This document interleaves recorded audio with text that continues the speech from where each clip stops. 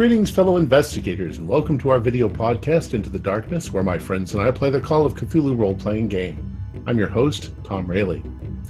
Our scenario is entitled Birdshead, and this is episode 4. It was written by Mick Swan, who is also our GM. I will be giving a short recap of our last episode. So sit back and relax. The players are ready. Let's begin our journey into the darkness. As I recall, we arrived in Darwin. We were in Darwin for a short period of time, at which eventually we left Darwin and we went to Hollandia, where we met Wepu. And finally, we arrived in Manakwari, where we met the governor, Van Hoyt. And we also had a meeting with a Professor Brian Lehrer, who told us about a legendary creature called the Ropin. He showed us some photographs, one of a statue and one of something large flying over a house. And he claimed that the photograph had come from a man named Joachim Franz. And as I think that's about it for what we did. We are now ready to go on our journey. So, Mick? Well, you're now in Manakwari, I believe. And it is the morning of Saturday the 24th of August, I believe. And well, it was okay. The night wasn't as bad as you imagined it was going to be. Sleeping in the tropics. I mean, it's okay here. There's a nice breeze coming in off the ocean, and it's very hot. It is. Is it humid? It's probably very humid, isn't it? It is. It's kind of humid, but then the light breeze coming in off the ocean has quite a sort of regulating effect. So it's not that bad. Yeah, it'll get worse further in, though. We're below the equator, yes? You are, yes. So technically this is the end of winter for below the equator. Yep. You've missed the rainy season would have ended about 5 weeks ago. So you're kind of edging into spring now. So it's not as hot as it could be, but nonetheless, the humidity is quite high. Mm-hmm. But I'm used to it. No, well, I'm kind of doing my best with the humidity. You don't get as much of that where I come from, but with the water and the moisture coming off of the ocean, I'm familiar with that. So I'm not super having a problem dealing with the humidity. Well, I live right off the Gulf of Mexico, so I'm really used to the humidity. This isn't much more than a summer in Odessa. well, you're brought up one of the chaps from the well, we can't call it a governor's office because it's just it's a house with a shed next to it. But, Outpost. Yes, one of Van Croyt's men, one of his local men, brings you breakfast, which consists of some very disappointing porridge. It's sort of thin to the point where it's very nearly gruel, and some rather very good coffee, which is clearly grown locally.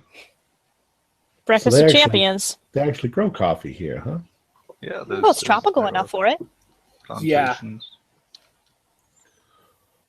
If we had any kind of spare time, I'd sure like to see how coffee is grown. I actually have no idea whatsoever. Well, most of the coffee plantations, the Dutch coffee plantations, will be back up near Hollandia. There's very little settlement so far in Birdshead, or the Vogelkopf, as the Dutch call it. Well, now I hear coffee grows on trees somehow.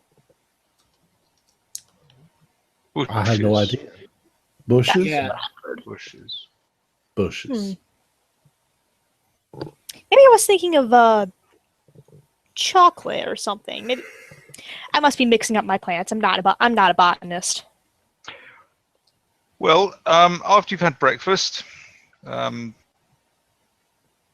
you're ready to brave the sunshine, you will find sitting outside, waiting for you, sitting in the sun, quite unbothered by the sun, mainly smoking quite sort of fat, clumsy-looking roll-ups. Just over a dozen men. Okay. Suppose So- this is our caravan. They're sitting around some boxes and bags and things, and Wepu is standing next to them. Oh, good. He currently He's rolling getting this. our stuff together. Now, actually, I've got a question for the GM. Who is in charge of this party? Well, perhaps not in the eyes of the party, but certainly in the eyes of the local authorities, you would be the responsible So you're telling me that person. the one guy who does not have a doctorate degree is in charge of all the doctors. I like that. Well, the Don't let it go to your head, visa, you Joe. Yeah, don't let it go to your head. Your visa was issued to survey the region. In particular, they want you to survey the region approaching the Tamral Mountains. They don't necessarily want you to climb the Tamral Mountains. They already know how. They've already taken, I don't know how they do it, distance things with things. A plane. Yes, they work They out use how a high plane. they are. That's it. Well, then, So they know how high the mountains are, but they don't know the terrain there. There might be specific features of geographical or even geological interest that you might spot while you're there.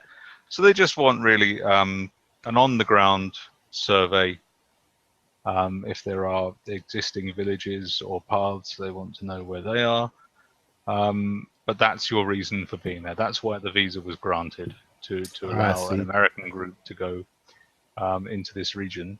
The rest of the party are simply attached to that, riding, if you will, on the coattails of that survey to do their business wherever they get the opportunity to see whatever they can of the region and hopefully. all right. So I think what our plan of action is going to be is we, of course, have whatever previous data from previous cartographical ventures, probably only covering this part of the coast. Once we get beyond that, we will, travel, let's say, a mile into it and then make camp. And I shall do my job, and you're all free until I am finished to do your whatever you wish, to look at birds or lizards or whatever. And as soon as I have finished my survey, then we shall move to the next camp, which will be 5 miles farther on. And we will just keep Your doing Majesty. that. We'll just keep doing that for 5 weeks. Well, Wepu explains to you that the easiest way in from here is to follow the coast until you get to a village called, oh my notes from such a village called Roti village, which is just inland from the coast, and it marks the kind of beginning of the Kibar Valley. Okay. No, he says, well, look, it's pretty easy going when you're walking along the coast.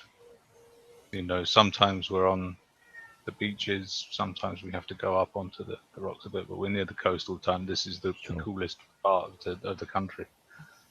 You've got the breeze all the time. This bit's easy going. This is a breeze, he says, without any hint of a pun. Okay. Well, quite honestly, we don't really know how far we're going to be able to get in there because Truth is, if this were flat land, I could have it surveyed in half an hour. But my guess is it's probably going to take me a day or two, maybe even longer, to survey a very small area. It's jungle, so.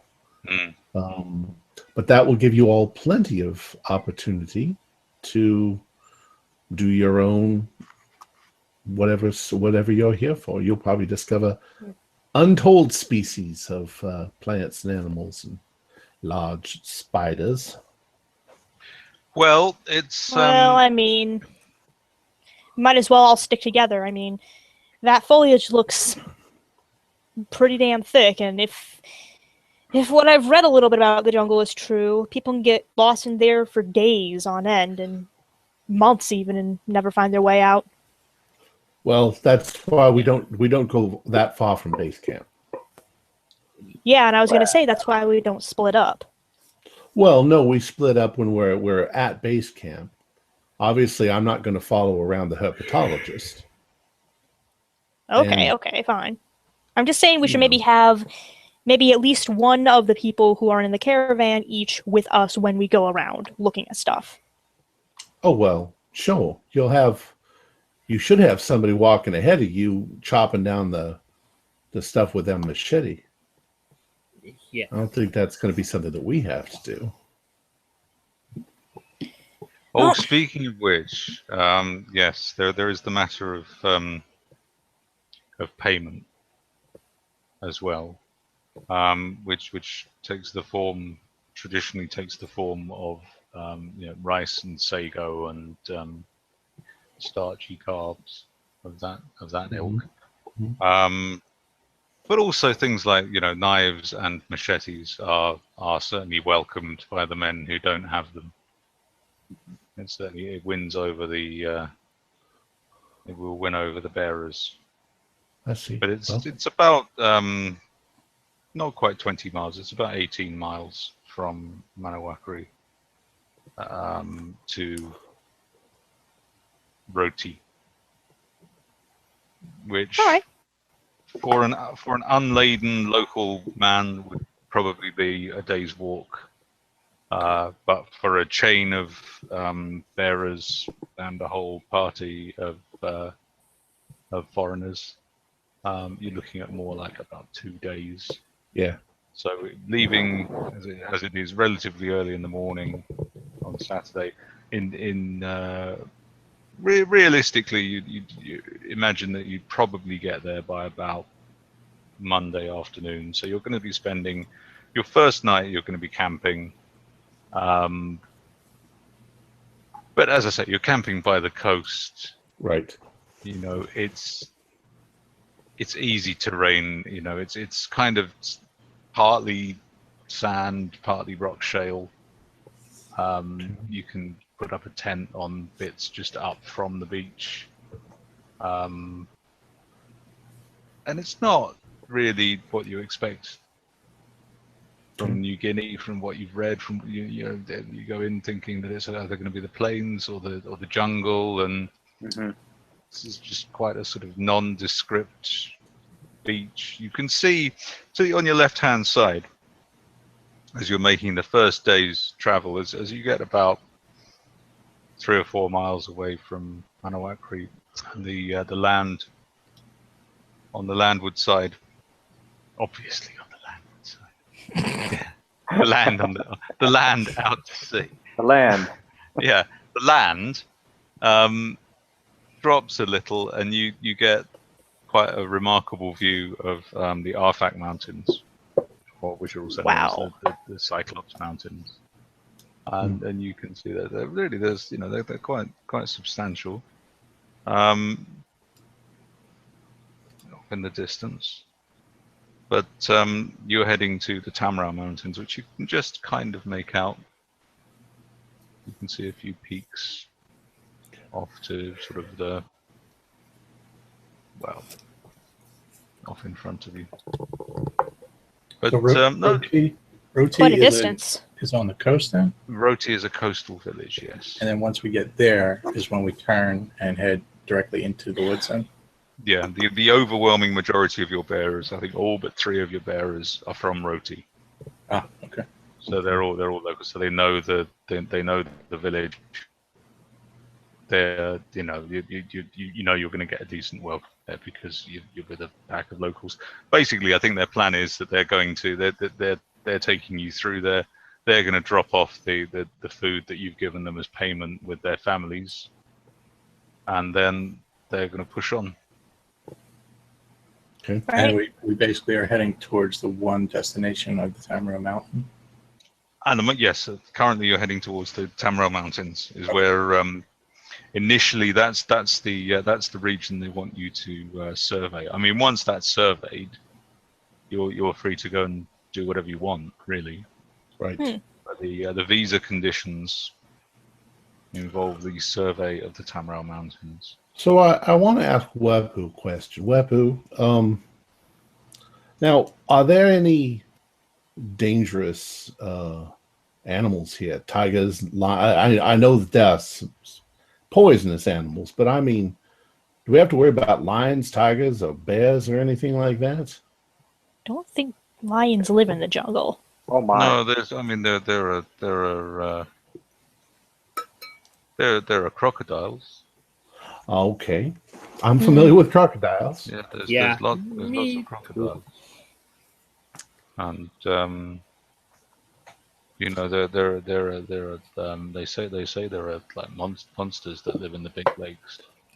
Ah, yes. But there's no like large jaguars or anything that's going to jump out of the trees and kill us. It's a forest, so I'm pretty sure there might be something like that. Well, there are snakes and spiders, and there are insects that burrow into your ear, and there's a Oh, What? I'm sorry. Please go back a second. What was that? I'm not sure I want to hear are that. insects that burrow into your ears and lay eggs, and Oh my God. there are ants that'll burn you, but we'll show you these things and where to avoid. I mean, But- we live here. We wouldn't put up a camp where those things are, because that would be foolish. I guess what I'm kind of asking is, No, you're the expert. do I need to carry my shotgun in my hand? Well, obviously I don't need a shotgun for any ants, but is there Unless they're any really large, big ants. is there any large creature that's going to come jumping out of the forest, like a rhinoceros or a dinosaur, that we need to watch out for? Dinosaur. I don't know what that word means. Well, are there any large carnivorous animals that are going to pose a threat if we don't have our guns in our hands? Well, there are things that there are he sort of looks at some of the other men, and they're oblivious. They don't understand what he's saying to them. They don't speak English, so he just says, well, I mean, there are things, but so some of them that only the old people saw. Well, I'm not even talking about legends. I just mean something to be careful of. Obviously, I don't think there is, because you don't really know what I'm talking about. But Well, it's the jungle, Mister. You have to be careful of everything. absolutely. There's lots of things. There are plants that if you touch them, they'll make you burn and blister. Wow. And Well, like stinging nettles. Yes. Okay. I get that There idea. are spiders and all sorts of things that will bite you. And But snakes. nothing big, like a rhinoceros. Well, there are tree kangaroos, but they Tree won't. kangaroo. They're peaceful things, and Okay. there are bats. And I'll take it to believe that you will tell us if there's anything dangerous. I think what he was saying is there anything aggressive that might try to attack us? Anything large and aggressive. I mean, if some giant, some carnivorous rabbit comes at me, I'm going to kick it.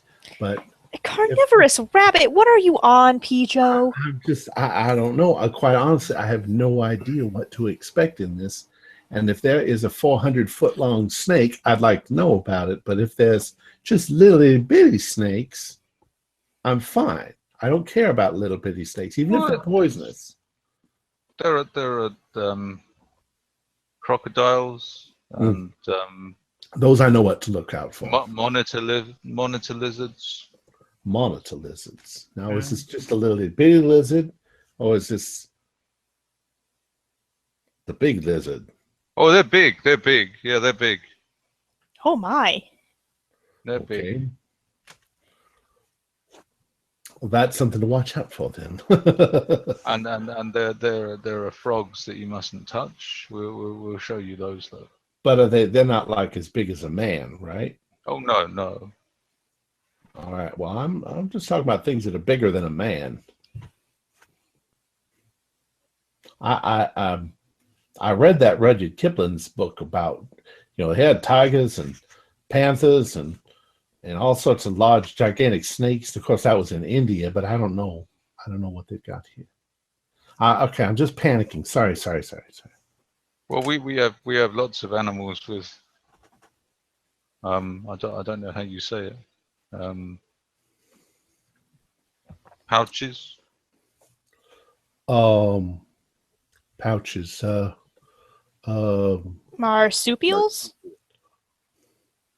I don't know what your word is for it. I wouldn't know. You'd have to ask the biologist. But all right, I just want to know dangerous. You point out any dangerous animals to me, please. All right. So we're walking at this point? Yes. Okay. I'm going to keep quiet and my eyes open in case there's something in the the jungle going to get us. There's deer, he says. Well, maybe we can have some venison. Better watch out there, P. Joe. They're very dangerous deer and they'll bite your neck open. Well, there's boar. They're I mean, but you. That's a dangerous animal. Well, yeah, but they can you rip must you understand. P. Joe, anything can be dangerous. So I suppose you're going to tell me that butterfly over there is dangerous. Too much of a good thing is dangerous. I don't think as long as you're going to eat the butterfly, it's going to be dangerous. Well, we keep you safe. We'll keep you safe. Don't worry. It's okay. We keep you safe. Trust our guides here. In addition, can we say that Pijo has a lot of that down home sort of feel, so he immediately tries to make friends with all of the bears, even though they can't understand a word of what he's saying. Yeah, I just smiling, kind of watch. and I just kind of watch this like, oh my god, he's going to make them think we're all insane. Well, you engage in small talk with Wepu, and just he asks you questions and finds out what each of you does. Okay. And he responds to that. I mean, for example, with Dr. Ordo, I can't know. I keep forgetting how to pronounce that. He says, "Oh yes, there are plenty of birds there," and he tells you about some of the birds, but he only knows his words for the birds, and so it kind of whets your appetite, Yeah, And you do occasionally you'll see like a something brightly coloured flitting about up on the tree line. Beautiful plumage. I'll be sure to write down here. the words that he uses to describe them to their names. Okay. I'll do the same if he sees any lizards or reptiles that he indicates as well. Same as Dr. White is, or Dr. Jack. I'll do. Just call me Jack. Jack. Same as Jack is doing. I'm mostly looking for like any sign of like sandstone sedimentation on the beach, or looking at the shale, especially the shale, because there could be like some fossil imprints in the shale, like footprints or something. Yeah, you don't really find anything of interest. I mean, you can try making an archaeology roll. I shall do that. And I just barely do not make it. Well, there's every now and then there's like a bit of rock or something that looks like it might be something, but then on closer examination, it's just a bit of rock. It's not really a majorly habited area. This bit between the villages doesn't look like it's ever been habited, and obviously, you know, the sea comes in and washes everything away. So it's an unlikely place to find anything. True. I just figured because of the way the rock was, maybe, but... I suppose, Dr. Chase, one of the questions you might be asking is whether they have a written language of any kind. Good question. You know, I would probably have asked Wepu that at some point. Well, we have we tell stories. Oh, okay. So and we have dancers that tell stories as well. Oh, interesting. And sometimes we make things, masks, and but we don't write the stories down. We don't need to. So it's a purely oral tradition, kind of passed on over the generations. Yeah, we just, you know, we sit together at night and we sing songs and we do the dances, the old dances, and we share our stories. Nice. You know, I think that sounds absolutely fascinating. Well, Saturday night comes, and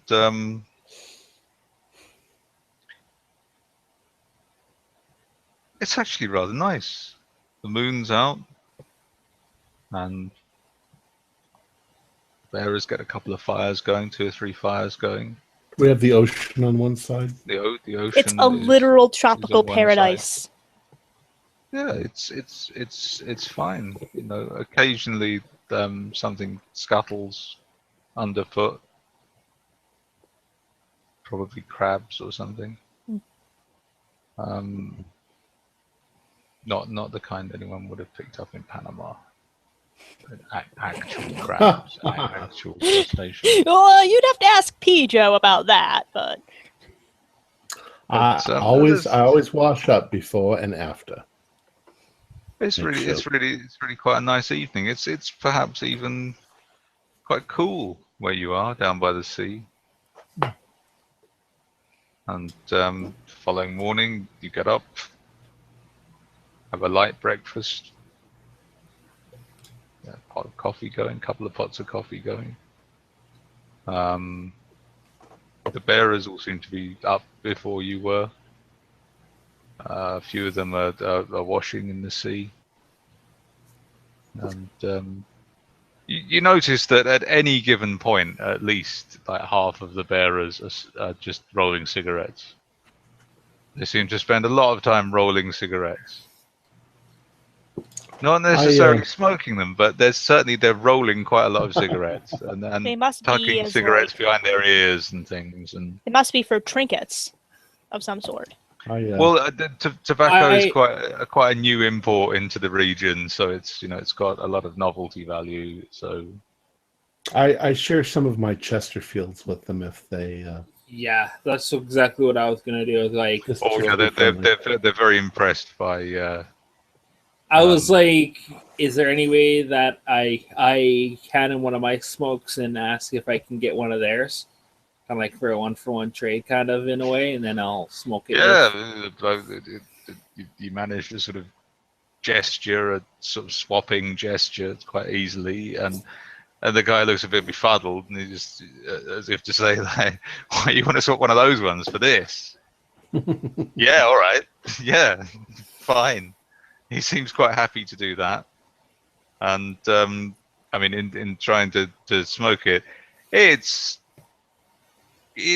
quite heavy duty tobacco. I mean, it's what they call twist tobacco. No filter.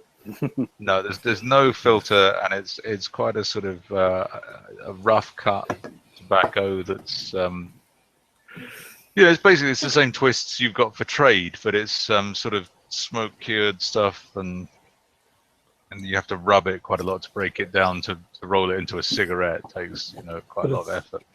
It probably produces Well, one of those moments, though, where both sides start giggling about, coughing from all the horrible tobacco smoke. And Well, I don't smoke, Dr. but White, I'm definitely watching this and laughing.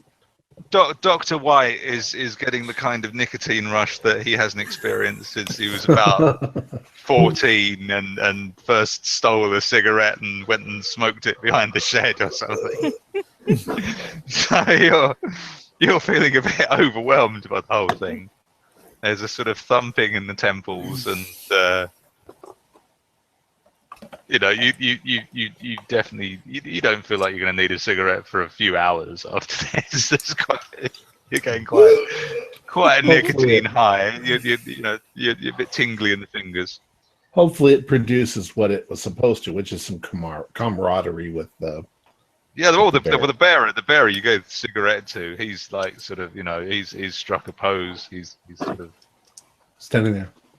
Yeah, he is. He's really sort of making a meal of it. The fact that he's got one of these.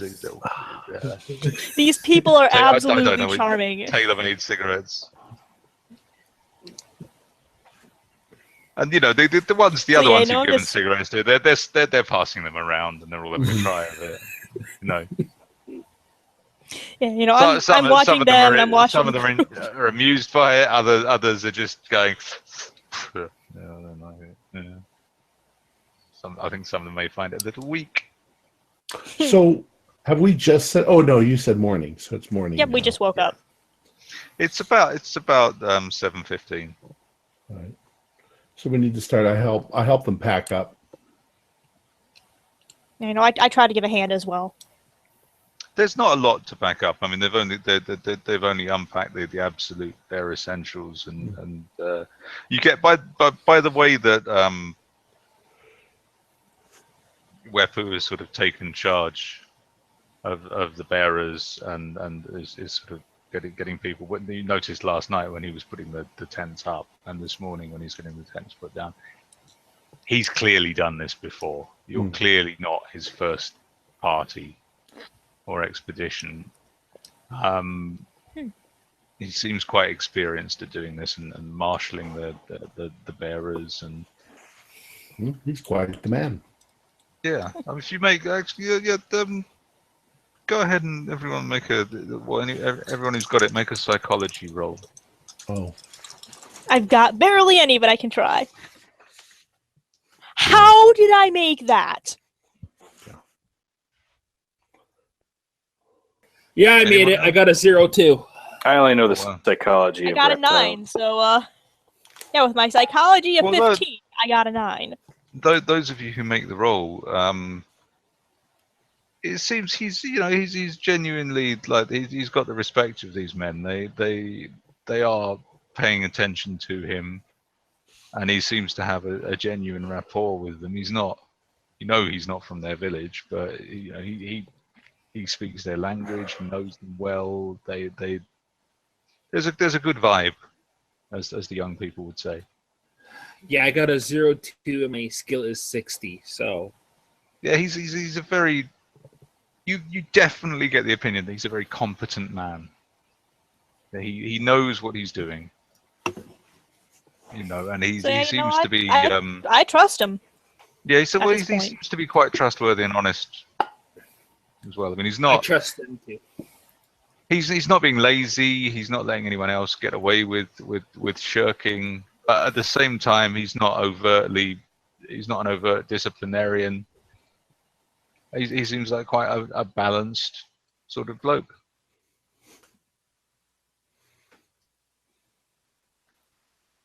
Cool. All right. And with that, Corey has disappeared. So yeah, you set off again, and again, nothing very much happens. It's very nice, and I could get used to this. The sea is pleasant, and the sound of the sea is pleasant, and despite the fact they're carrying very heavy boxes, the bearers are smoking very heavily. It doesn't seem to slow them down. Reminds me of home, but warmer. About 1 o'clock in the afternoon, you pause by a stream, and the bearers take that opportunity to have a quick wash, and particularly washing their feet. Of course, I'm bored, so I'm just doing some surveying stuff. I'm trying to find if I can locate this stream, if it's on any of the coastal maps or anything. If not, It's just a tiny little. It's a tiny little trickle. Yeah, it's not really. It's not the sort of thing that would be. There's probably not even very much sedimentation, and therefore probably not much in the lake itself. On the in terms of your route and where you are on the coast, there are features. Like occasionally, I'm trying to think. The word is in that region. I don't think it's motu. I think motu is a Polynesian word. I'm going to call them motus anyway. They're a little sort of not even really islands, just rocky outcrops. Yeah, sea stacks. Yeah, just off the coast. There's one or two things like that, which it's quite easy to look at the maps that you do have, and you can see pretty much where you are. Okay. You know, I mean, on the map, you're still quite close to Manakwari. Right. But yes, so you know where you are. I'm just sort of following along, to make sure everything is. Yeah. You know that. I mean, you're making good. You can tell from the map by looking at it. You're making quite good time. You seem to be quite on schedule. You know, you're definitely getting closer. And the Arfak Mountains, you get some quite spectacular views of those mountains every now and then. Mm-hmm. So at this point in time, up about 30. On average, the land is up about sort of 30 feet above you on your left-hand side.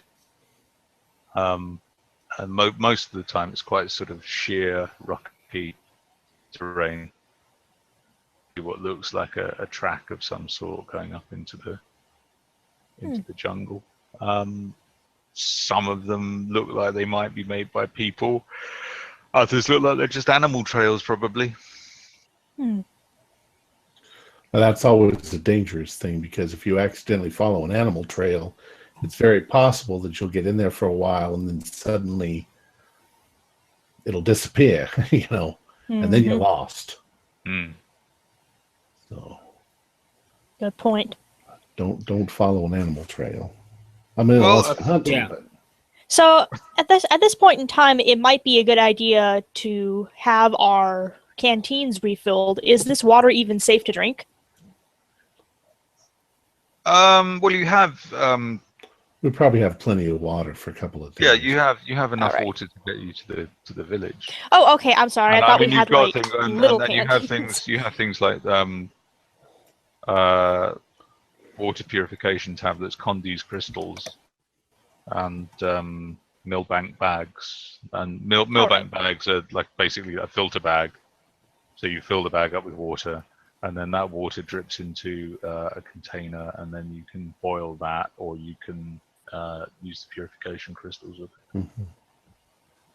Or both if you want to be totally over the top. You don't need to do both. Boiling is the main thing. I also do a little. I also do a couple of little. I'm just making this up as I go, because I'm sure as a cartologist I probably know how to do it, but from where I am, I can probably set up some of my equipment, and looking at the mountains that you're talking about, I can probably accurately estimate how high they are. Yes. And check that against the figures. You can see that one of them is clearly the highest, so that Right. you guess that must be Bonerau, which is Bonerau. the highest of that group. Okay. I'm kind of looking in the stream bed for possibly any sign of like maybe dropped arrowheads or pieces of pottery or something. I figure if this is a well-traveled trail, there might be something that got smashed and lost that could be pertinent to my work. Oh yeah, if you make an archaeology roll. Which I actually do make this time. Yeah, there's nothing there. God damn it!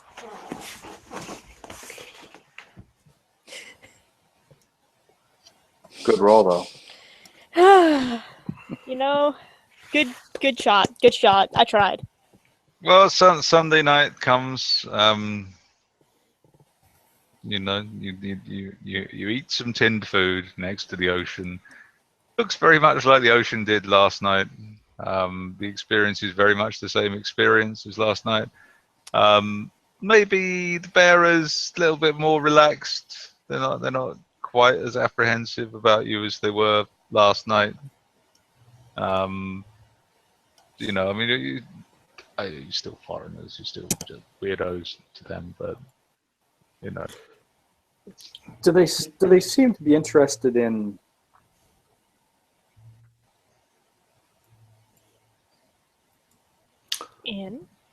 It's always anticipation with Sean. Dang it, Sean. Sean, do they seem to be interested in A drink. Do they drink? This is gathered. Speaking with them. Do they? Oh. They don't have any alcohol with them. No. Could I take? I'd like to take. If I've even remotely struck up some kind of a rapport with the lead, could I possibly offer him something from my flask and have a little talk with him for a moment? Make an idea roll.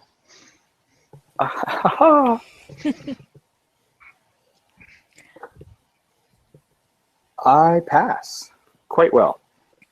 You seem to recall that at various stages during the preparation for this trip, you have been warned not to give alcoholic beverages to the locals. Well, then I will have a sip of my own, and I'd just like to just have a little conversation with the lead and see if, given my interest, any interesting reptiles in the area. Just that. With Wepu, is this? Yes. I think I'd probably join him in having a drink and some discussion. Yeah, just anything. He describes a very large lizard. Mm-hmm. Regionally, sounds like an extremely large lizard, or kind of like the Australian goanna from the way he describes it. But Okay. when you say to him how big is this animal, he sort of he sort of sticks a couple of stones at a distance on the beach and says it's about that long. And if he's right, that would be a remarkably long lizard. Are we talking monitor lizard size? Or? Yeah, like sort of monitor lizard size, and he shows you, but he shows you the girth. I mean, it's not like massive like a Komodo dragon. It seems to be quite a sort of a reasonable size for a lizard, but just extremely long. So you guess probably it's got a very long tail or something. Mm-hmm. Okay. I just emphasize to him that I'm a herpetologist, but I'm always interested in discovering new, lizards, reptiles. From the description he gives, I mean, the description he gives it's a bit vague, but it reminds you that it could quite easily be like a Gila monster or a goanna or something, or a monitor lizard.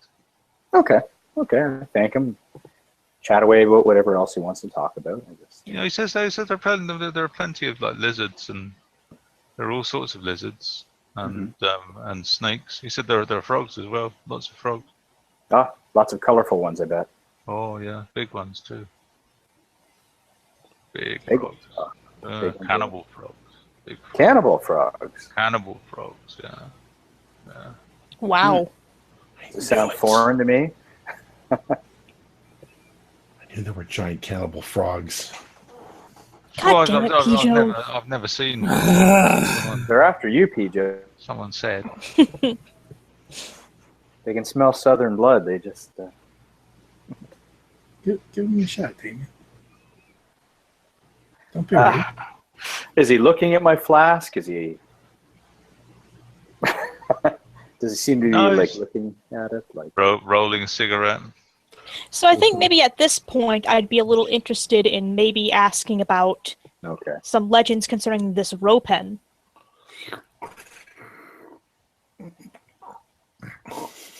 Well, just out of personal interest, you know.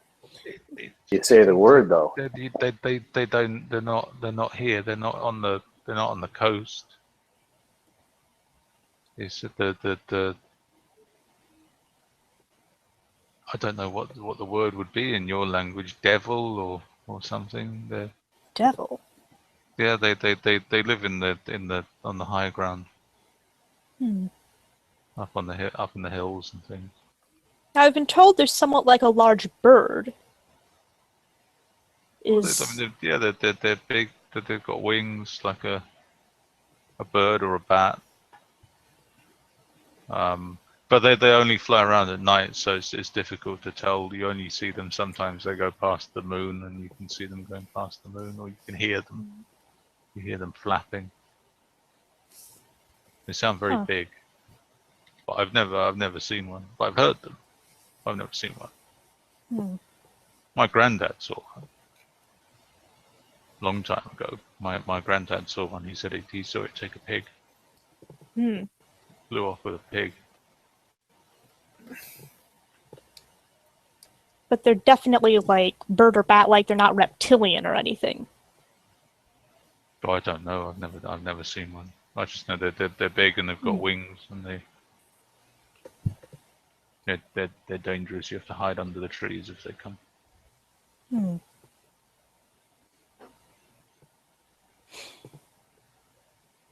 right. You know, at this point in time, I'm thinking it's like some sort of like ongoing like local legend with several different variations on it. I mean, he mentioned oral traditions earlier. It's probably something that is told through song or dance. It's probably something that is told as like a boogeyman type story, is what I'm thinking.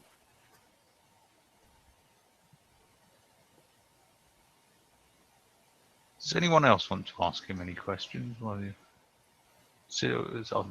take it you're sitting around the fire with him.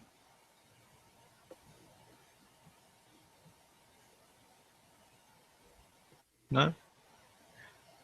Okay, in that case, we'll move on to the next morning. And again, you eat some bully beef and coffee, and you give your feet a wash in the sea, and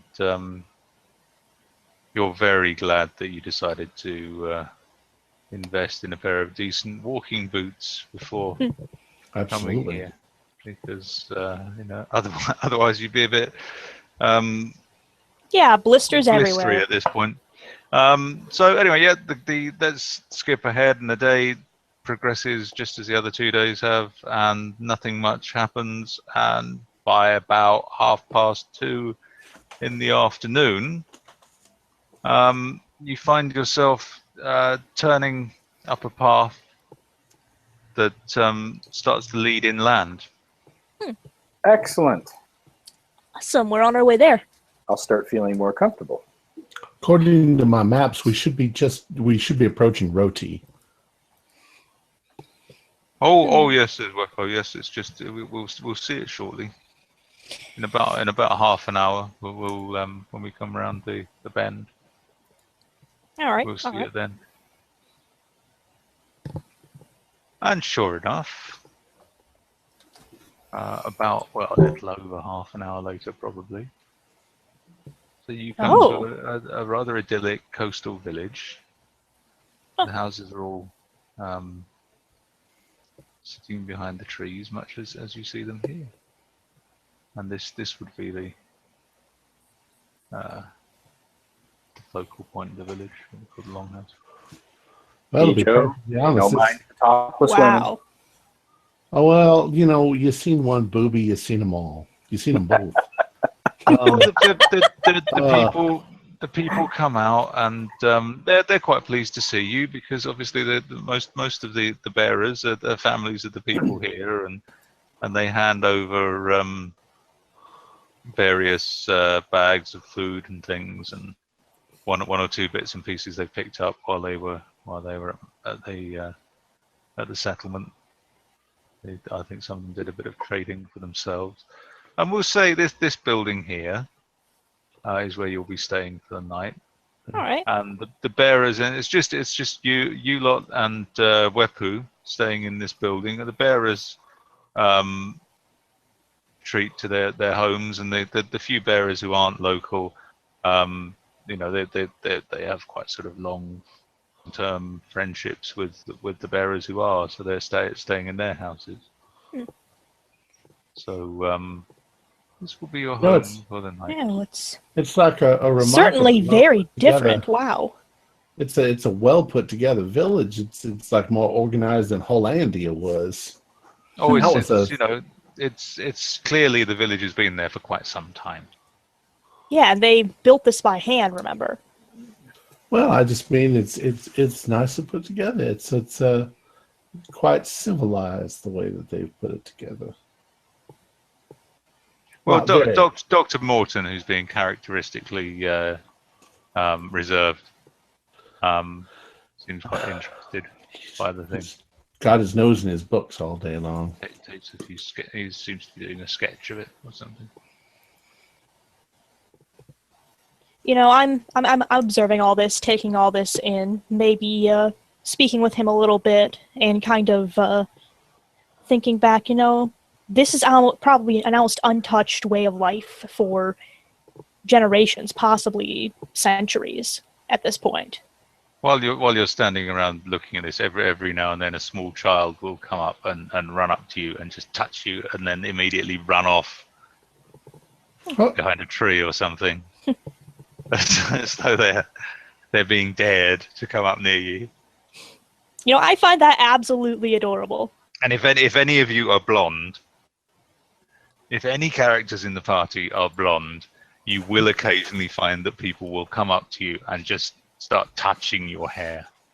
Actually, Unbidden. I'm blonde. No, he would have more gray hair, so No, I'm a brunette, so But they're quite fascinated. They don't see many people from outside their village, and the people they do see from outside their villages from other villages locally. So it's quite an event for them, you know. I am a sandy blonde with blue eyes. Oh, they'll find you absolutely fascinating. Although you do notice that one or two of the children have blue eyes as well. That's very strange. Mm. If I've got any, like, I know it doesn't make any difference to them, but if I've got any, like, pennies or something in my pocket, I'll give them a penny. Like that, you know, they'd look at it, and it's quite interesting. It's a gift, and It's shiny.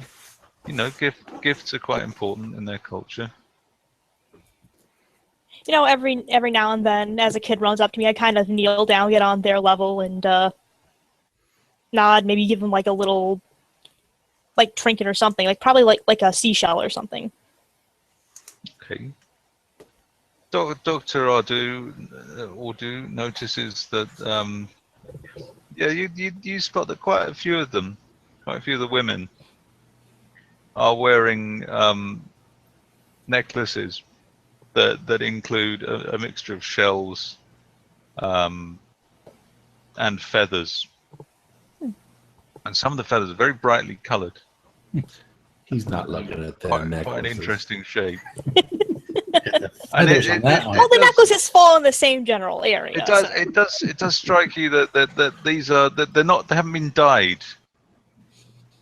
You know, they haven't been dyed to get them these colours. These are the natural colours of the feathers, and some of them are sort of multicoloured, like sort of blues and yellows and the same. They're very very unusual looking feathers. What do they call him? Bird of paradise? Yeah, that's what I'm hoping to see.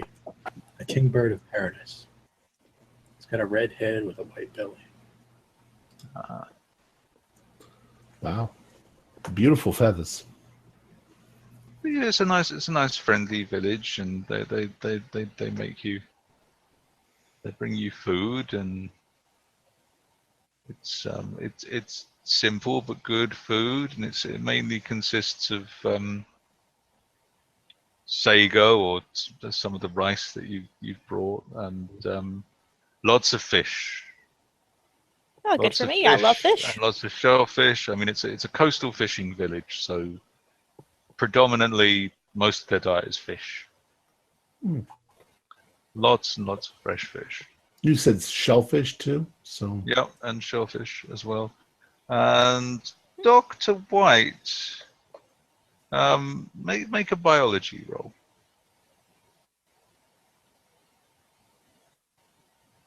that's you, Corey. Sorry, 1 second.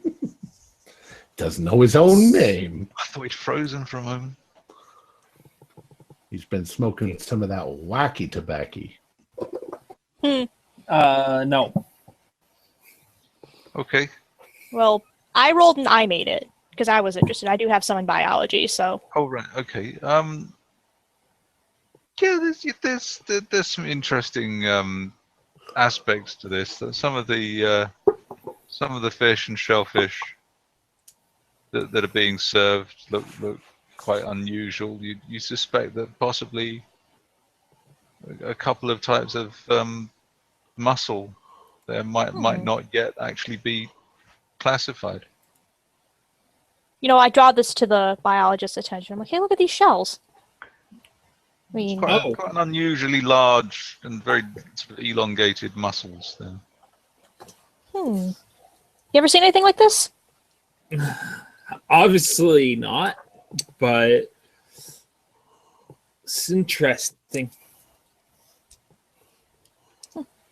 Well, It's also good. I mean, reminds me in shape and color of like a quahog from Rhode Island on the coast. You know, the seafood in Arkham is really quite good. Grew up there my whole life, and you know, you're not an Arkham native if you don't like the seafood, as they say. Yeah, or anywhere else in those coastal cities. After the meal, a middle-aged man wearing quite an elaborate beaded headdress comes into your hut, and he sits down. Wepu introduces him as the head man of the village, and his name is Ire, I-R-E, and he pulls out this gourd that he's brought with him, and there's a couple of younger men with him, probably in their 20s. You recognise them as two of the bearers, and they've got a lot of half coconuts, just half shells, stacked up, and they give everyone one of these coconut shells filled with a sort of a milky liquid from gourd. Oh, thank you. And Ire holds his up and takes a sip of it, and then Wepu says, you can drink yours now. So I'm in. And he's just saying welcome to our village. right, I take a sip. What does it taste like? Coconut? No, it's kind of bitter. It's sort of milky and bitter at the same time. Really, it's not altogether unpleasant. It's a kind of taste you get the feeling that if you were served this in your own country, it would have rather a lot of sugar added to it. Wow. You know. Is it fermented? I assume it's probably alcoholic. It seems it has a sort of tang, strange sort of acidic tang that makes you think that it may be fermented, but it doesn't smell or taste like alcohol. It's not got a sort of warming alcohol sort of effect. Well, do as the natives do, so drink Indeed. it down. Okay. And I'm like, thank you. You know, I thank him again, and I I Finish up. take a drink of this. Okay. Is anyone not drinking it?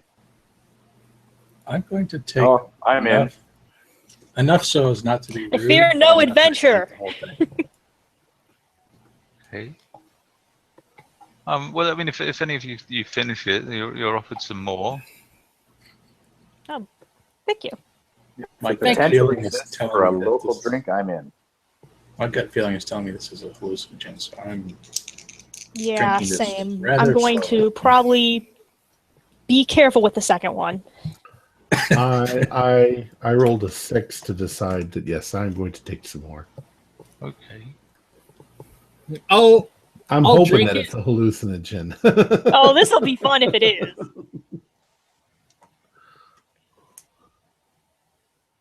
I don't care. I'll drink his my casually, not. excellent. I'll like dump my into yours there, John. Could you all make a Constitution roll, please? Oh God! I make it. Yes, I passed. Okay. Does anyone fail? I failed miserably. I got a 91. Oh no! Just Is give this me like a second Altered States here. now, that movie? I just pass. Okay. Well, those of you who pass, it occurs to you about half an hour after you've drunk this stuff. It occurs to you that this hut really is a very, very interesting color. It's a really God. nice shade of purple. And you feel very relaxed. And Ever seen a purple that color? Purple. you're just chatting away to each other, and Wepu, and occasionally the Ire, the headman, will make a remark about something, and Wepu will translate it, and it's just small talk. It's nothing of any magnitude. Mhm. Dr. Donovan, Oh no! however, I'm ready. yeah, you kind of lose track of what's going on for a bit, and the next thing you know, and actually, no one remembers actually this happening until you just sort of catch him in the act. All of a sudden, you become aware that Dr. Donovan has moved across the room and appears to be touching the face of one of the blokes who's been acting as your bearers. Excellent. And the two bearers find this hilarious. What the? They're not in any way hell is he offended by it, but doing? they find it very, very funny. And he's just sort of touching their face like that, with a kind of a glazed expression on his face. I think probably Damien had Donovan. quite a lot more of this than anyone else did, and really sort of knocked back 2 or 3 of them. So. It goes with the character. Yes. I mean, Dr. Donovan, are you all right there? For the others of you, I mean, it's not like a sort of like it's not like a full-on hallucinogen, but it's you get the feeling that it's definitely on some level psychoactive. Mm-hmm. You're pretty stoned. That would be Well, the modern world word for it. I don't know what. Mhm. It's part You're not drunk though. I mean, your limbs feel quite heavy. You feel very relaxed, quite talkative, and the colours in the room all seem quite bright and clear, and you're very aware of people's faces, but you're not like hallucinating or tripping or anything. Seems to Cool. be quite a mild substance, whatever it is. However, Feels kind of like I'm in one of those talkie pictures, but it's all in color. You ever get that feeling? You're just like, I'm still fascinated by the word purple. Since you said it, I never realized that it was such an interesting word. it Dr. really Chase. is. You know, I Purple. think Yeah. Maple purple syrup. is like my favorite color. Chase. That's a weird word too. It kind of is, isn't it? Chase. Chase. The word It's splunk. Chase. like a chair or something. Chase. Purple Ooh, chase. What's this? Ooh, I wish I had a purple chase. I could put it in my apartment and I could invite you all over and we could all just sit and talk about... I'm sorry, I lost my train of thought. You have something on your forehead right here. The headman says something to Wepu, and Wepu starts laughing. What do you say? I don't speak their language, but I think he just called us all lightweights. He said, Me "Umbala especially. bala umal bula bona mona." I'll have some more of that stuff.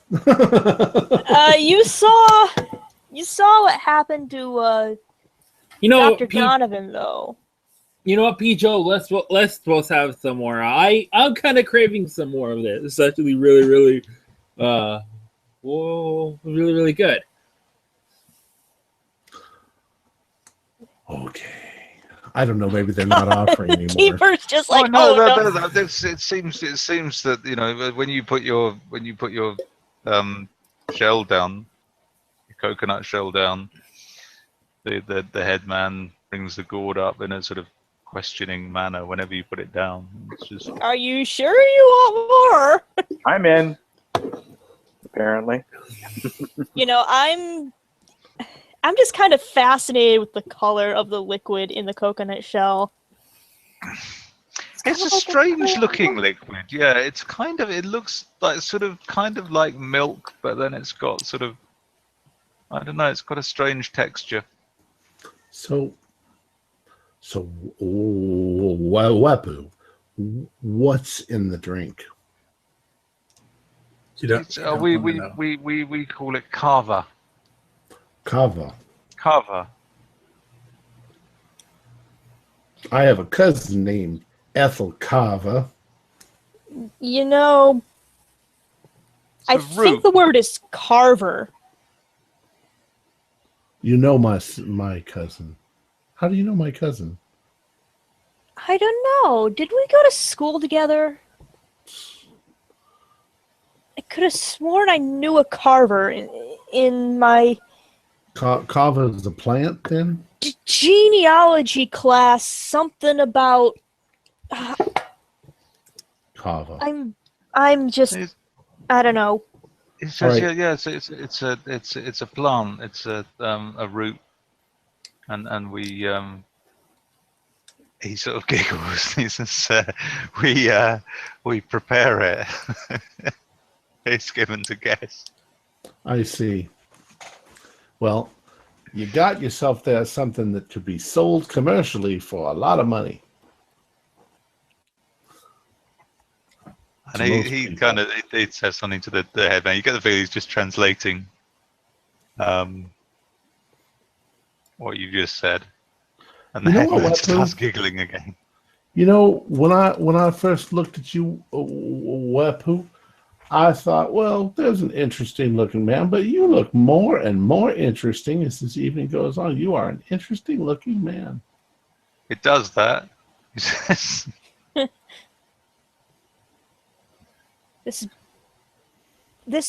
wall, this bamboo wall or whatever, is really, really textured. You ever come feel this wall? I'm already feeling this wall. Wow. Here. Ooh. The wall wall can better? hear you. The wall can hear you. Don't feel the wall. I think the wall is fine if I just like pet it like a cat. It's your funeral. I don't think the wall's gonna do anything, PJ. I think I'm gonna go to sleep. Weppo, tell Pijo. Could you tell Pijo the wall? Oh. I'm gone. Oh. No, I just kind of stare at him for a minute, and then I just start giggling uncontrollably. Well, the headman sort of clambers up to his feet, and he sort of dips his head and says something, and Wepu translates it as, well, that was all very nice. I'm going back to my family in my bed now. You are welcome guests in our village. I hope you have a good and safe journey. And with that, he leaves, as do the two bearers. One of them looking considerably worse for wear. And you're left with Wepu. What a nice guy. I tell you, he's a really nice guy. I like this village. I like these people. I love all you, man. I feel like one big family in here. They're nice people here. Good people. Fishermen.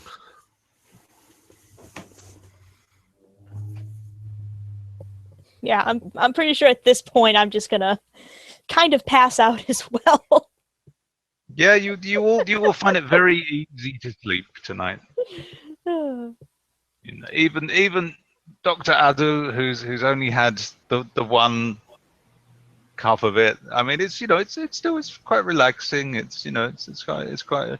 There's not any sense of anxiety or anything. It's quite a gentle experience. You know, if you've only had the one cup, you just feel a bit relaxed. If you've had more, you feel a little sillier. If you've had too much, then you start being a bit odd. Mm-hmm. I'm sure after the couple long days hike like that, and the weather, and how it's making me feel pretty good, so sleep's going to come easy tonight. Oh yes, yeah, you have a very nice, and it's quite comfortable now, especially after a couple of nights in the tents. Despite the sound of all those frogs and insects. But sleeping in a hammock is quite nice. Oh goodness, I could sleep in a hammock forever. I love hammocks. I think I'm sleeping on the floor, so. Yes, you just. Well, sleeping is yeah, you might passed out is what you've actually done. Well, yeah, it's nice and cool, and you can hear the sound of the surf, the occasional dog barking, and cool. Yes, you have a very peaceful and restful night's sleep. And in the morning, when you awake, you're struck by the fact that you don't remember. No one remembers dreaming, and you don't remember a great deal about last night. Mm. Do we have like a hangover, or? No, just no When hangover. did we get here again? A little bit bleary. Why are all my clothes on? On? Yeah, I don't sleep with my clothes on. Why are my clothes off? We must have had some kind of party last night, because I remember only that I was kind of enjoying myself, but I don't remember what the hell happened. There was a really nice shade of purple. That's all I remember. Purple.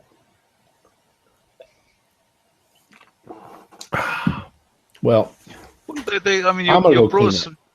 You brought some. Okay, you clean up, and when you get back, you brought some breakfast.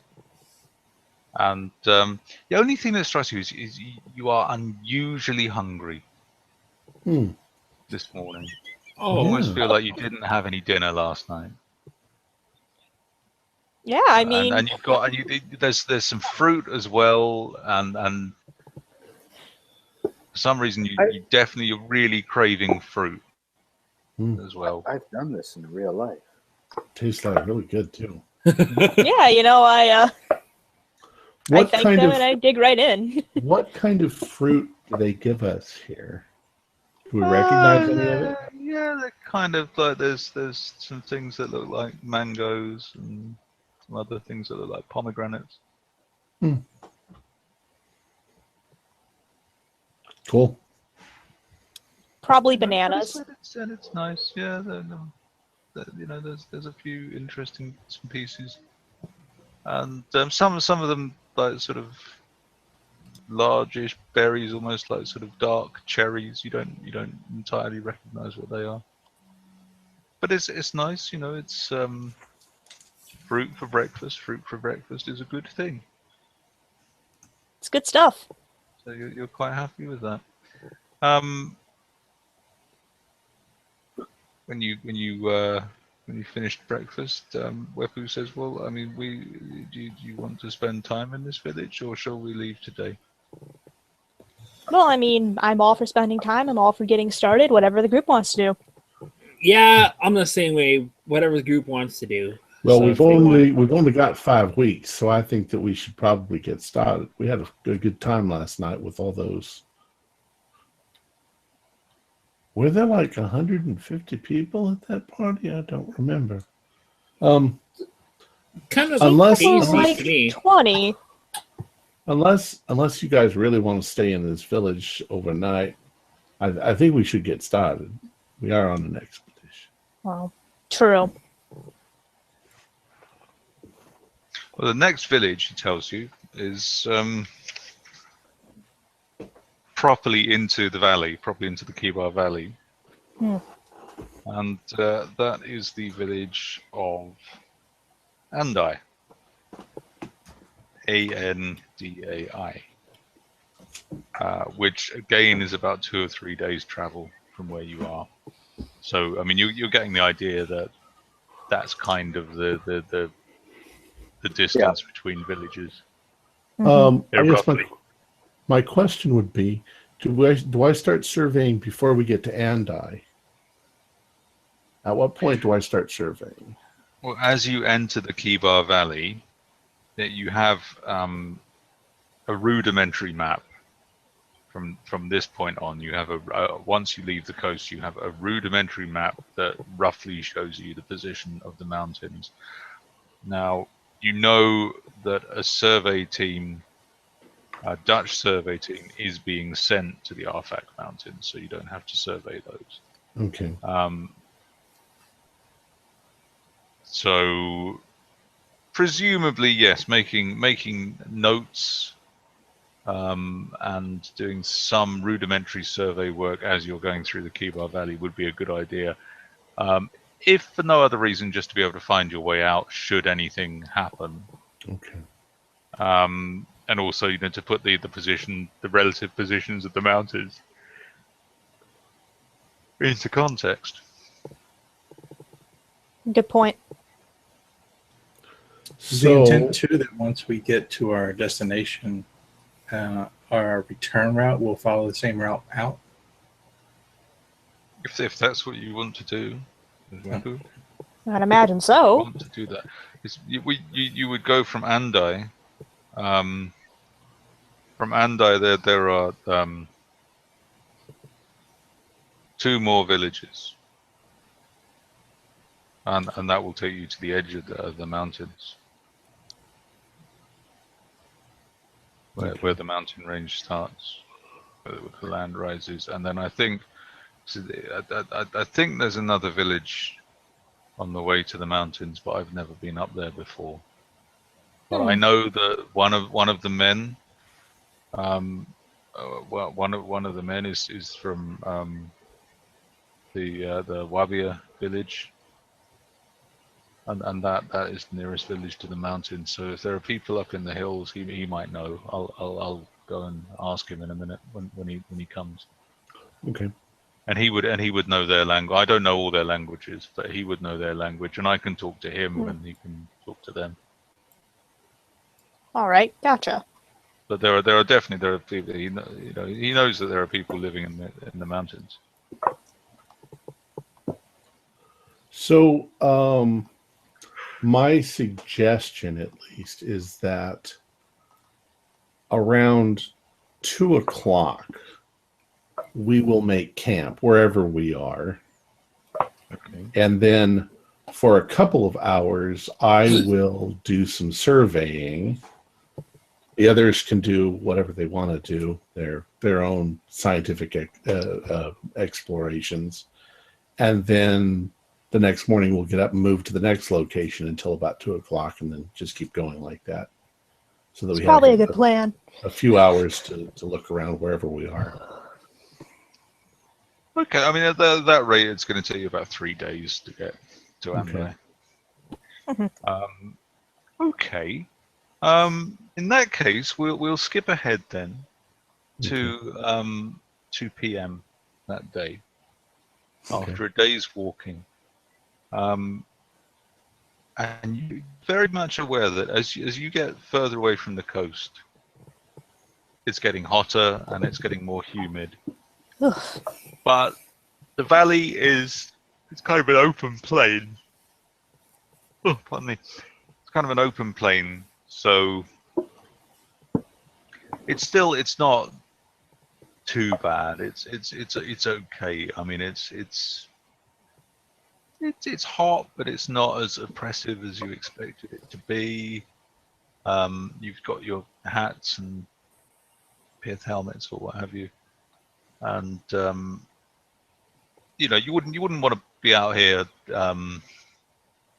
without a hat on or without any water. But you have a hat, you have water, and you have the right equipment, and it's bearable. It's okay. You're making slow progress because as I say, it is warm. You're certainly feeling it. You strike camp at about 2:00, and yes, if you're going to do your surveying, Okay. do you have a specific cartographic skill? A specific skill? I mean, map making. Map making. Yeah, that would do. Yeah, make a map making roll. Right. Oh, you mean on my thing? Okay. Let's Yeah. see. Do I have something on here? Yeah, I got cartography. So. Okay. Wow, believe it or not, I got an 88, which is too high. I did not pass. Okay. And I've got 75 in it, so I'm like really pissed off because this is hard to move around in this jungle, and I can't find a place to set up, and this is going to be a lot harder than I thought that it was going to be. I'm very frustrated today. Okay. Does anyone want to go out and explore the area? Yeah, I'll go with somebody and I'll go and explore. Why not? Let's go. Yeah, let's go. Yeah, Sounds like one of the, if you go anywhere, one of the bearers will come with you. Good.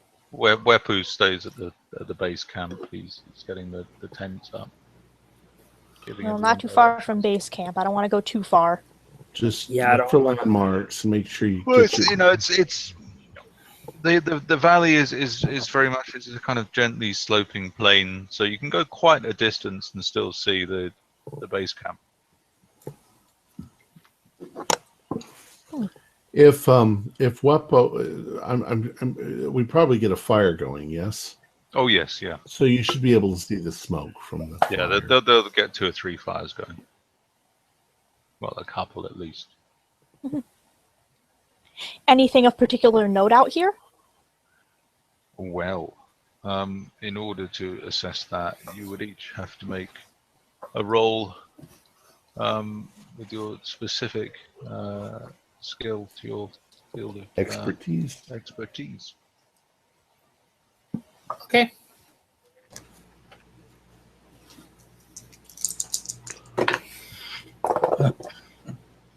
Oh, I passed with 06 in bio. Wow. Okay. Well, you are you're spoilt for choice, really. I mean, there's a bewildering array of plants and insects. It really is quite astonishing. You almost don't know where to start. Like But a kid in candy store, like.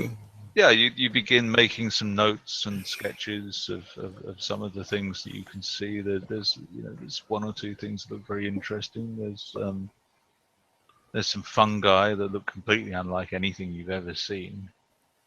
So you start doing a little sketch of those, and it takes you about an hour, but you know it goes quite quickly.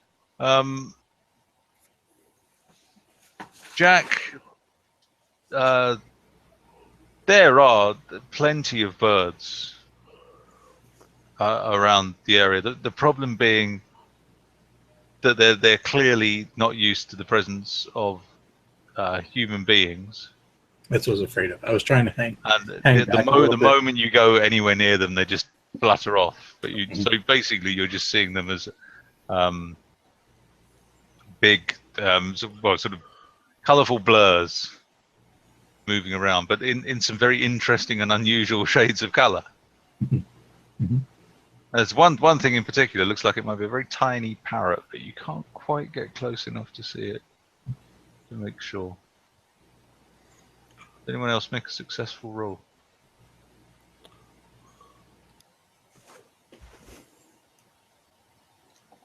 No. Okay. Well, you don't see any lizards. Ah, There are no lizards or snakes. ah. Were you to mention that to Wefu? Wefu would tell you it's a good thing that you haven't seen any Froze on snakes. me. Okay, Oh, can wait. you hear us now? I did make my archaeology roll. Wait, I did. I was successful. I'm sorry as well. Sorry. Oh, right. Okay. Yes, So- all right. Then if you were successful, then you see a very interesting blue and yellow lizard. It's quite small, but it's sort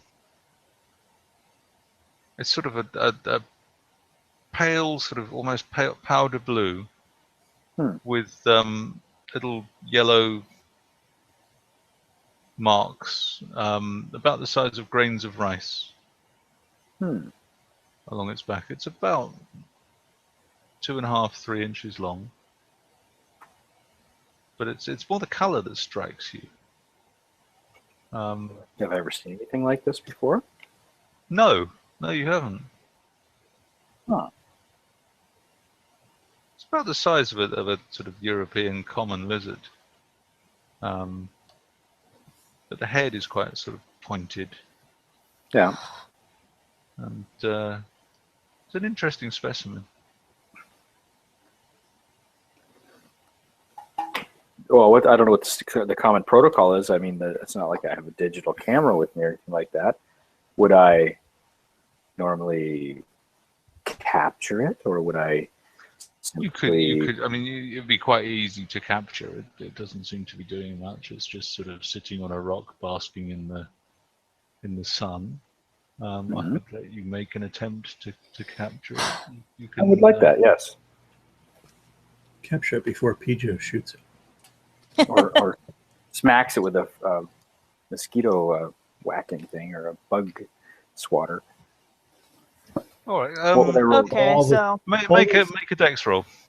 I think we can assume that while you guys are doing all of this stuff, I'm surveying. So okay, well Success. I made my archaeology roll. So do I see anything? Well, you maybe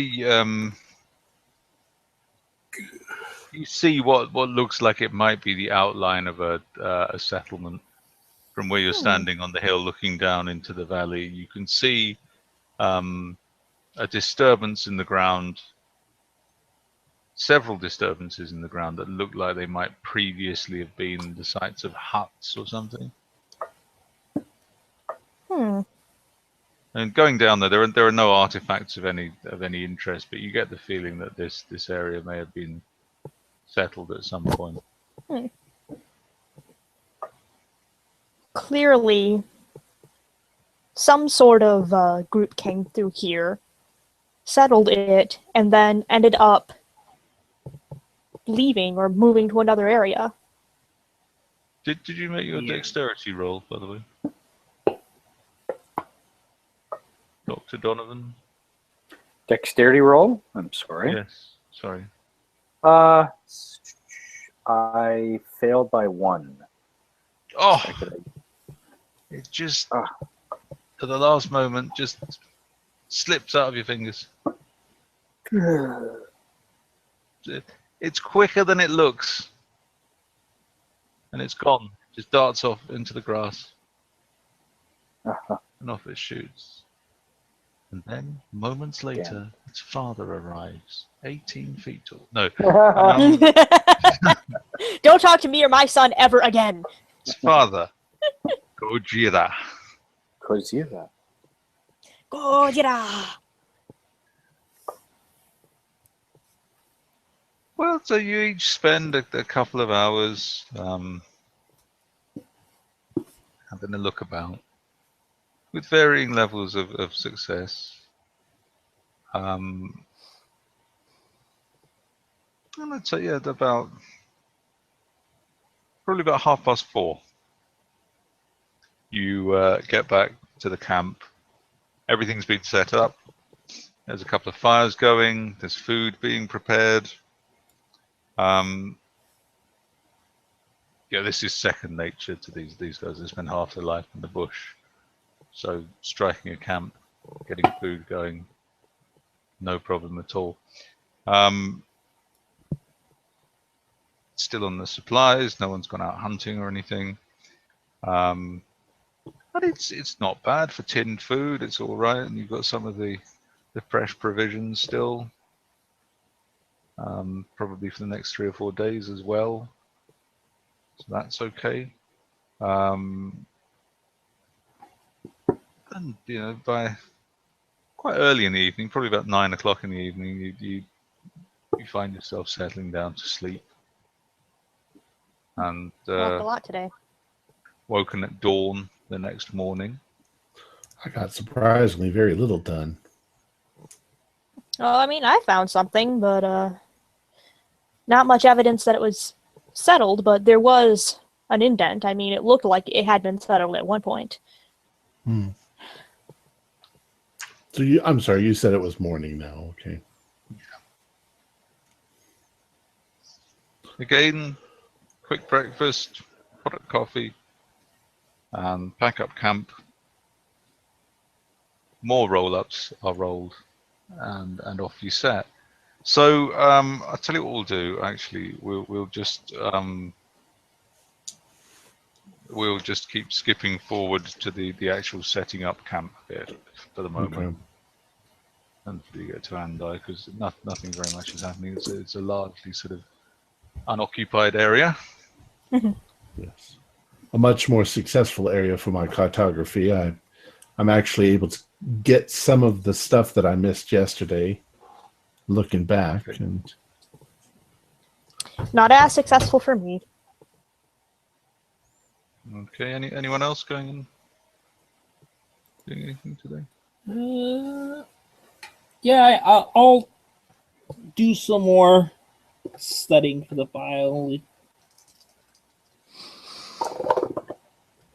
And that time, yeah, I even get a better result. Okay. Oh, Well, one. Dang, son. Apparently, this is up in my wheelhouse over here. Well, you spend about an hour and a half looking for something of interest. And at first, you don't find anything particularly remarkable. But after wandering for a while, you find yourself, you find this sort of boggy area just on the edge of some bushes. And you've almost given up when the bearer who's with you starts motioning towards you and waving you towards him and pointing down into this boggy area. And there, on this old rotten piece of wood, is an absolutely extraordinary little, tiny little black and yellow striped orchid. It's about, the flower is about 2.5 inches high, and it's striped almost like a wasp.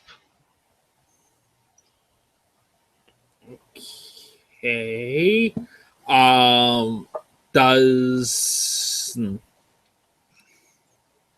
Okay, that seems really, really cool. Is there anybody in from the group that's around me or no? No, it's just you and the bearer. Okay, I was thinking of taking it, but I'm pretty sure I don't want to do that. So I will leave it there, and then I will wait. Later on, I'll try to get somebody, probably Damien, to come and look at this. I'm probably within earshot. I'm just wandering, looking for the same damn lizard I missed. I try and call out, see if Damien can hear me. Okay, Damien, make a listen roll.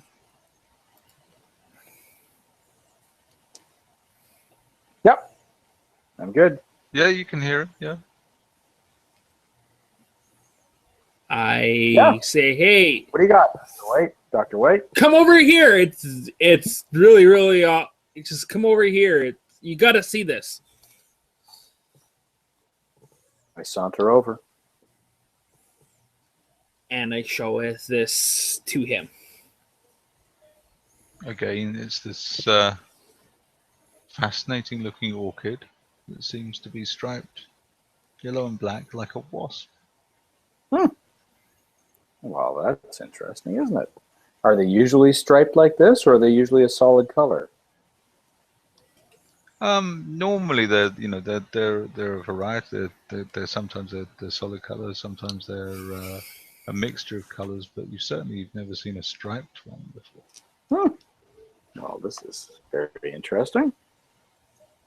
Good find. Nice find, Dr. White.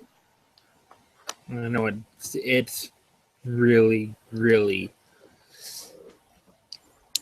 interesting. I will jot it down in my notebook. Yeah, you jot down a few thoughts about its possible taxonomic status, and make a few sketches. You jot out 2 or 3 sketches until you have one you're happy with.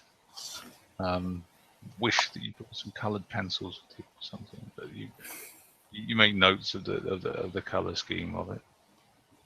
And I mean, you just in passing, you examine the piece of wood that it's on, and it would be quite a job to cut down a piece of that. And you can't see any others like it in the area. It just seems to be the only one like it. Is it just how big is this log that's on it? The log is about just under a foot wide and about 7 or 8 feet long. Okay, because it's not quite rotten, and it's floating in a very unsavory looking pool of water. Oh yeah, then no.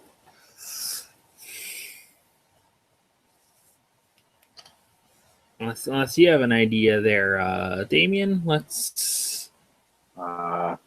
Lizards, bugs, that's my thing. Beyond that,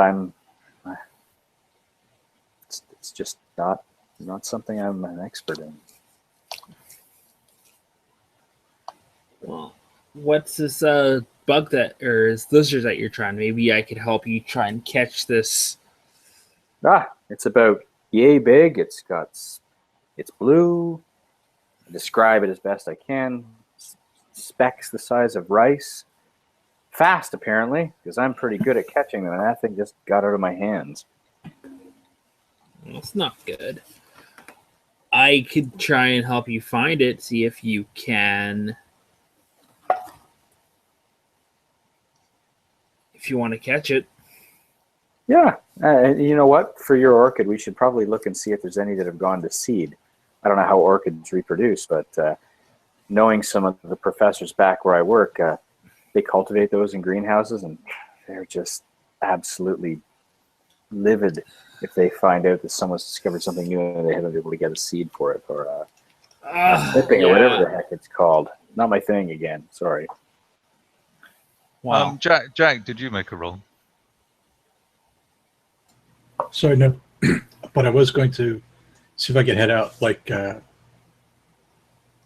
John did with like away from the group and with maybe one other porters or something. Okay. You want to roll? Yeah, go ahead and roll. Yes, that's a pass. Regular. You don't get close enough for a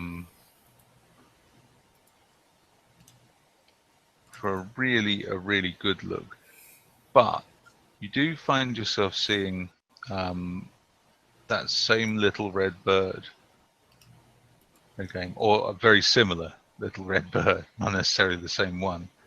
And it does strike you that even though this is a very small bird, it appears to be a parrot. Like almost like a sort of pygmy parrot, like a dwarf parrot. Okay. And you see examples of it, or the same bird, or you can't work out whether it's the same bird or you're seeing different members of the same species. Mm-hmm. But about 3 times in the course of a couple of hours, you see it, enough to certainly to start sketching it out. Mm-hmm. And yeah, it's definitely it strikes you as something interesting.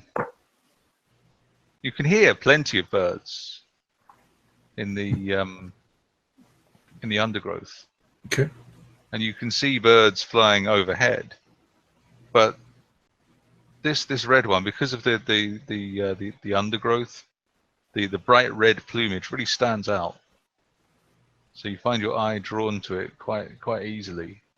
Is it up high in the trees, or is it like a lower down in the brush? Or Well, there aren't really any trees. There are more just bushes. bushes? Okay. And some of the bushes have it being spring. Some of the bushes are producing flowers, and 1 or 2 of the bushes are producing what look like early berries. And it's these early berries that this little bird is flying around feeding on the berries.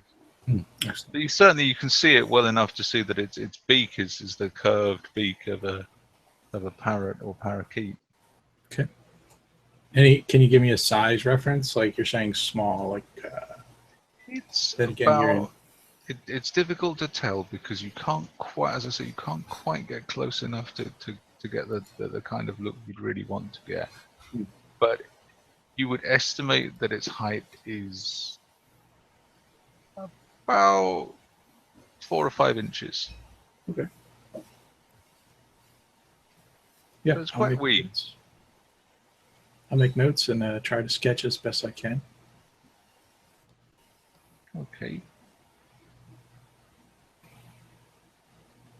Anyone else? Dr. Can I Chest, find did that you lizard again? make- Go ahead. Sorry. So make a spot hidden, actually. Yeah. I don't want to cut anybody else off. Wait, is that a spot hidden for everybody, or? No, that's just a spot hidden, just for Dr. Donovan, because he already saw it the day before, so he knows what he's looking for. I got less than half my value. Okay, that's So, yeah. quite good. Well, go on then, make another dexterity roll, see if you can catch him. Ah, I found one. Damn it! It's my dex. Ah, yes, made it. Yep, you managed to get it into a jar, into which you've previously put some of the local foliage, and it's got a little mesh lid. Nice. So you're a herpetologist, so you've got jars for catching Yeah, lizards. I'm prepared. Yeah. And No jars it big enough for it's only little, but it is rather pretty. It's a rather pretty little lizard. Ah, And I look at it. Oh, it's a pretty cute little lizard there, Damien. Do you got a jar tooth? I'm gonna try and capture this orchid. have fun capturing the orchid. Here's a. Wow, whatever. Well, I mean, you've got equipment of your own. You've got your own. I've got. If you need some help preparing samples, I can give it. I think this is this a lizard I've seen before? Is this something new? Is this in the texts? You don't recognize it. Certainly, the color is nothing you've seen before. Well, Dr. Chase, if this is something I haven't seen in the past, if this is new discovery, I'm naming it after you. That's very flattering. Thank you.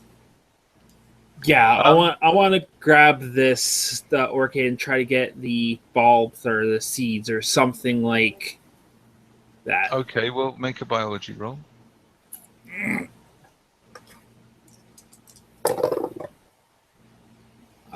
Just a second.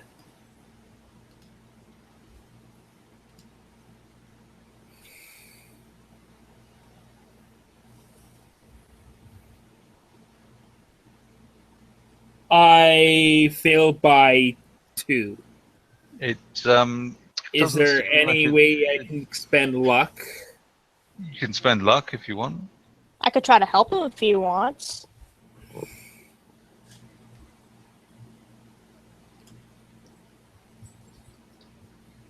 Hello? Yeah, Hello? I'm here. Yeah, Okay. I can hear you. I can't hear you. Can you hear me?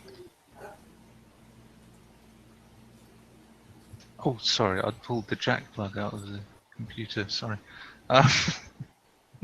Okay. That was an analog issue. Okay, well, if you've made a successful roll, then we'll say that you can, yes, you managed to find a seed pod, an intact seed pod, which may or may not be ripe. You're not sure what the season is for this thing. You take a seed pod anyway, and you put it into you just put it into a test tube with a rubber stopper. Dr. Chase, did you make an archaeology roll? I did, but I did not make it unless I'm allowed to push. I'm not sure really how you would push in that circumstance, given that you're just looking for something. Yeah, unfortunately, I rolled a 76. My archaeology is 56. Yeah, I mean, there might have been a path or a trackway there within the last few decades, possibly, but there's no signs of any more settlements or anything. It looks really just like grassland. Well, it was worth a shot. There's no signs of any structures or any artifacts or anything. Well, next time's a charm, maybe. Can't win them all. Well, with that, then you head back to camp for another night's rest, and we will pick up next time for the events of the following morning. Ah, cool. Hmm. Cool. So we're all doing what we're supposed to be doing.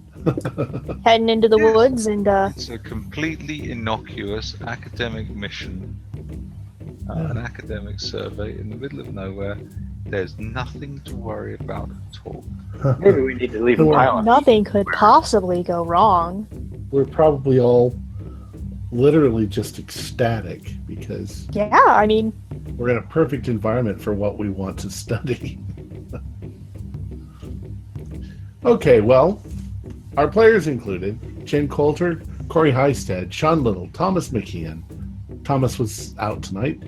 Jeff Wilkins and myself with Mick Swan as the keeper of the secrets. Please consider visiting our Patreon site. If each of you just contributed $1 or $2 a month, we would be able to cover all of our expenses without any problem. We're currently producing 4 shows a week with music and sound effects added in post-production. In order to create a richer listener experience, we provide audio-only versions of our shows free for you to download from Podbean or iTunes. Our musical intro, Birch Run Primal Drive, was composed by our friend Kevin MacLeod and is used royalty-free under the Creative Commons Attribution License. Feel free to send us comments on the show. We'd love to hear from you. If you enjoyed our broadcast, please give us a thumbs up and subscribe to our channel for updates on our latest shows. You will find links to everything I mentioned in the description below. This is Tom Rayleigh inviting you to journey with us once again into the darkness for another adventure into the universe of H.P. Lovecraft and the Call of Cthulhu role-playing game. Until next time, good luck and good gaming.